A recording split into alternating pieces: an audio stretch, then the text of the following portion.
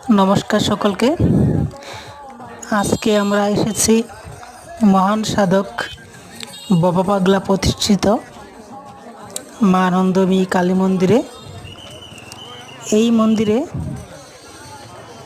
109তম প্রতিষ্ঠাবার্ষিকী উপলক্ষে কালী পূজার আয়োজন করা হয়েছে। এখানে অনেক বড় মেলা হচ্ছে। মেলায় দূর দূরান্ত হতে অনেক ভক্ত এখানে এসে থাকেন। আমরাও প্রথমবারের মতো এসেছি আজকের এই মেলায়। আসলে চমৎকার একটি জায়গা। এখানে আসলে আমি দেখে অভিভূত। এখানে এত লোক, এত আয়োজন।